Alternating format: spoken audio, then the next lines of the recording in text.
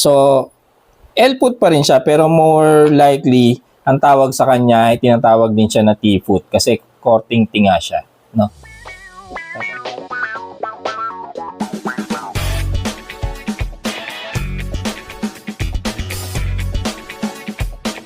Meron tayo ngayon dito na lumang L-foot, no? Isa to sa mga L-foot na ginamit ko dun sa ating solar setup.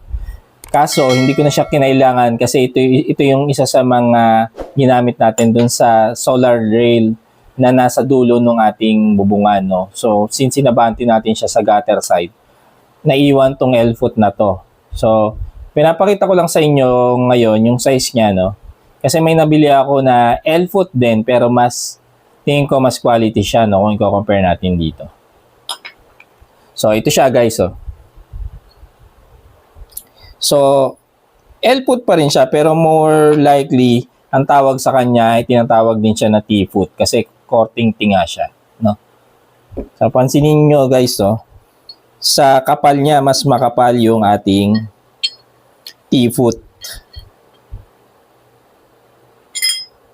And then kita nyo naman mas ano siya, no?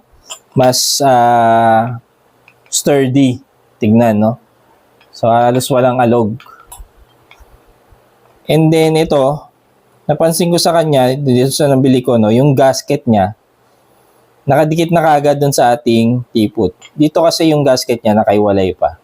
Dun sa nabili ko lang, no. So, ewan ko kung sa mga ibang L-foot is na nakadikit na siya talaga. And then, ang pinaka nagustuhan ko dito sa T-foot na nabili ko ngayon is mas matangkad siya compare dito sa ating L-foot, no? So, sabi ko sa inyo, ang ventilation ng solar panel is para sa akin napaka-importante, no? Kasi kapag hindi ventilated yung ilalim niya is mag-overheat yung panel, mag-overheat results to low efficiency ng pag-harvest natin. So, pansinin nyo, no, kung gaano siya katangkad. So, pagsusukatin natin yung pinakadulo nung slot nito, tsaka yung luma nating L-foot, no? T-foot versus L-foot, no? So, papatak na ano siya eh. Papatak na yung length niya, dulo to dulo. Ayun, no? Pabaligtad lang yung measurement, guys, no? Pero papatak na almost 1 inch yung itinaas nung ating rail ngayon, no, kung gagamit kayo nito. Pag tinodo nyo ngayon yung rail dito sa taas, papatak na mas mataas siya ng 1 inch. So, napaka-importante. Each inches na itataas ng panel nyo sa bubong is napaka-importante, no? So, tingin ko mas worth ng gamitin tong T-foot, no, compare dito sa ating L-foot.